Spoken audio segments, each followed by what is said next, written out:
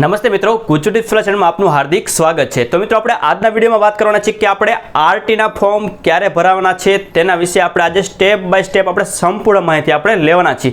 તો ઘણા બધા વાલીઓની કોમેન્ટ આવતી હતી કે આરટી એટલે કે ધોરણ 1માં ફ્રીમાં પ્રવેશ મેળવવા માટે અને એ પણ તમારી જે મનપસંદ પ્રાઇવેટ સ્કૂલમાં, તો એના ફોર્મ તમારે ક્યારે ભરવાના ચાલુ થશે તેની તારીખ પણ સરકાર દ્વારા જાહેર કરવામાં આવી ગઈ છે।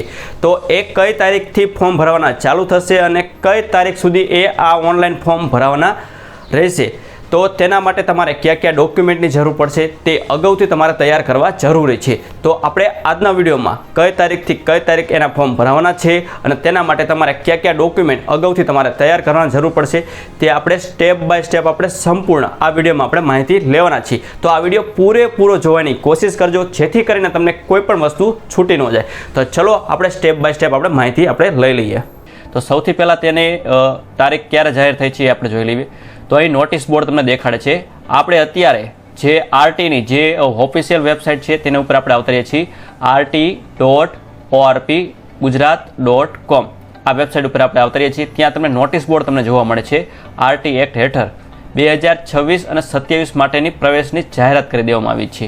તો અહીં તમને પીડીએફ તમને આપેલી છે, તે આપણે સૌથી પહેલાં આપણે ડાઉનલોડ કરી લઈશું। અહીં તો આ પ્રકારની તમને જાહેરાત જોવા મળે છે। તો તેના ફોર્મ ક્યારે ભરવાના ચાલુ થશે અહીં આપેલું છે। તો તમામ વાલીઓને જણાવવાનું કે એની વેબસાઇટ તમે ઓનલાઈન ફોર્મ ભરવા માગતા હોય તો તેની વેબસાઇટ પણ આપેલી છે। તમે પ્રાઇવેટ કોઈ પણ સાયબર કાફેમાં પણ તમે આનું ફોર્મ તમે ભરાવી શકો છો બહારથી। તો એની વેબસાઇટ આપેલી છે rt.orp.gujarat.com। તો આ વેબસાઇટ ઉપર તમે ઓનલાઈન ફોર્મ ભરી શકો છો અને તેના ફોર્મ ક્યારે ભરવાના ચાલુ થશે 4/4/2026 એટલે કે તે શનિવારથી ચાલુ થશે તેના ફોર્મ ભરવાના, અને 17/4/2026 એટલે કે 14 થી 15 દિવસનો ગાળો તમને અહીં આપેલો છે ફોર્મ ભરવા માટેનો। તો એટલા સમયમાં તમે આ ઓનલાઈન ફોર્મ તમે ભરી શકો છો। પછી કદાચ તારીખ વધારે એ વસ્તુ અલગ છે, પણ તમે આ સમયના ગાળામાં ઝડપી જેમ બને તેમ વહેલા ફોર્મ ભરી લો તો એ સારું રહેશે, કેમ કે અગાઉથી આપણે જે ડોક્યુમેન્ટની જરૂર પડે તે પણ આપણે એકઠા કરી લેવાના જરૂર પડશે। તો એના માટે તમારે કયા કયા ડોક્યુમેન્ટની જરૂર પડે તેના ડોક્યુમેન્ટ પણ તમને અહીં આપેલા છે। આ પીડીએફ તમને જોવા માગતા હોય તો હું ટેલિગ્રામની ચેનલ ઉપર તમને આ પીડીએફ હું નાખી દઈશ, ત્યાં જઈને તમે ડાઉનલોડ પણ કરી શકશો અને જોઈ પણ શકશો। તો તમે ડોક્યુમેન્ટ તમે જોઈ લેજો। હું પીડીએફ તમને મારા ટેલિગ્રામની ચેનલમાં હું તમને નાખી દઈશ અને ટેલિગ્રામની લિંક પણ હું નીચે ડિસ્ક્રિપ્શનમાં હું આપી દઈશ, ત્યાં જઈને તમે ટેલિગ્રામમાં જોઈન પણ થઈ જાયજો। ત્યારબાદ આપણે કયા કયા ડોક્યુમેન્ટની જરૂર પડે ડિટેલમાં પણ આપણે સમજી લઈએ। અહીં આપેલા છે જરૂરી દસ્તાવેજો, તેના ઉપર આપણે ક્લિક કરીશું। તો અહીં રહેઠાણનો પુરાવો, તો રહેઠાણના પુરાવામાં ઘણા બધા આધાર કાર્ડ, પાસપોર્ટ, વીજળી બિલ, પાણી બિલ, તો એ પણ આપેલા છે। અને મેઇન વસ્તુ એ છે, તમે કોઈ પણ ભાડાના મકાનમાં રહેતા હોય તો એના માટે તમારે ભાડા કરાર કરાવવો જરૂરી છે। તો એમાં નોટરાઇઝ ભાડા કરાર માન્ય ગણવામાં આવશે નહીં। અહીં ચોખ્ખું લખેલું છે, જે તમે નોટરાઇઝ ભાડા કરાર કરાવશો એ માન્ય ગણવામાં આવશે નહીં। તમારે સબ રજિસ્ટ્રાર ઓફિસમાં જઈને રજિસ્ટર ભાડા કરાર કરાવવો ફરજિયાત છે। તો એ સમયમાં ટાઈમ નથી મળતા હોતા છેલ્લા ગાળામાં, તો દસ્તાવેજના ટોકન પણ ફૂલ થઈ ગયેલા હોય છે। તો એવા સમયમાં તમે તાત્કાલિક તમે રજિસ્ટર ભાડા કરાર તમે નથી કરી શકતા, એટલા માટે અત્યારથી જ તમે આ તૈયારી તમે કરી લેજો। તમે ભાડાના મકાનમાં રહેતા હોય તો તમારે રહેઠાણનો પુરાવો તમારે ખાસ તમારે જરૂરી છે, કેમ કે વીજળી બિલ પણ સામે જે મૂળ માલિક હોય તેના નામનું હોય છે। તમારી પાસે જે આધાર કાર્ડ હોય, તમે ગામડામાં રહેતા હોય તો તેના ગામડાના આધાર કાર્ડ મુજબ તમારે એડ્રેસ હોય છે। તો તમારે જે ભાડા કરાર તમે સિટીમાં રહેતા હોય અને તમારે સિટીમાં તમારા બાળકને તમે ભણાવવા માગતા હોય તો તમારે ફરજિયાત જે મકાન જે સિટીમાં છે એનો મૂળ માલિક પાસે તમારે ભાડા કરાર કરાવી લેવો જરૂરી છે, અને એ પણ સબ રજિસ્ટ્રાર ઓફિસમાં જઈને રજિસ્ટર કરાવવો જરૂરી છે। તો એક આ ખાસ સૂચના તમારે ધ્યાનમાં રાખવાની રહેશે। ત્યારબાદ આવે છે વાલીનું જાતિનું પ્રમાણપત્ર। તો અત્યારે વાલીના જાતિનું પ્રમાણપત્ર તો તાલુકા વિકાસ અધિકારી કે સમાજ કલ્યાણ અધિકારીનું હોવું જરૂરી છે, તો એ ખાસ ધ્યાન રાખવું। જન્મનું પ્રમાણપત્ર છે તો એ તમે પણ સાથે રાખી લેવું। ત્યારબાદ આવે છે ફોટોગ્રાફ। તો ફોટોગ્રાફ અત્યારથી જ તમારે કઢાવી લેવાનું, કે જ્યારે તમે ફોર્મ ભરાવવા જાઓ ત્યારે તમારે તાત્કાલિક બહાર જઈને ફોટા તમારે ન કઢાવવા પડે, એટલા માટે અત્યારથી જ તે જે તમારા બાળકના છે અથવા તો તમે પિતા તરીકે તમારા પણ ફોટા સાથે રાખવા જરૂરી છે। વાલીનું આવકનું પ્રમાણપત્ર। તો વાલીનું આવકનું પ્રમાણપત્ર તમારે એમાં 6 લાખની લિમિટમાં તમારે આવે છે। તો તમારે 1/4/2023 પછી જે એટલે કે એ આવકનું પ્રમાણપત્ર 3 વર્ષનું માન્ય રહેતું હોય છે. તો તમે 1/4/2023 પછી પહેલાંનું હોય આવકનું પ્રમાણપત્ર તો અત્યારે તાત્કાલિક તમારા જે ગ્રામ પંચાયત તલાટી પાસે જઈને આ આવકનું પ્રમાણપત્ર કઢાવી લેજો, અથવા તો તમે મામલતદાર કચેરીનું પણ કઢાવો તો પણ તમારે એ પ્રમાણપત્ર માન્ય રહેશે. અને બીપીએલમાં તમે 0 થી 20મા અંકમાં તમે બીપીએલમાં નામ આવતા હોય તો એ બીપીએલનો દાખલો પણ તમારે કઢાવી લેવાની જરૂર છે. તમારી પાસે બીપીએલનો દાખલો ન હોય 0 થી 20 અથવા તો તે 17 થી 20 આવતા હોય એવા પણ દાખલા હોય છે, અને 1 થી 17 ના આવતા હોય, 0 થી 17 ના આવતા હોય, તો તમારે બીપીએલમાં તમારે નામ હોય તો તમારે એ 0 થી 17ના અંકમાં આવતા હોય તો એ બીપીએલ કેટેગરીવાળાએ એ દાખલો કઢાવી લેવો જરૂરી છે, કેમ કે ઓરિજિનલ ડોક્યુમેન્ટ અપલોડ કરવાના આવશે એટલા માટે.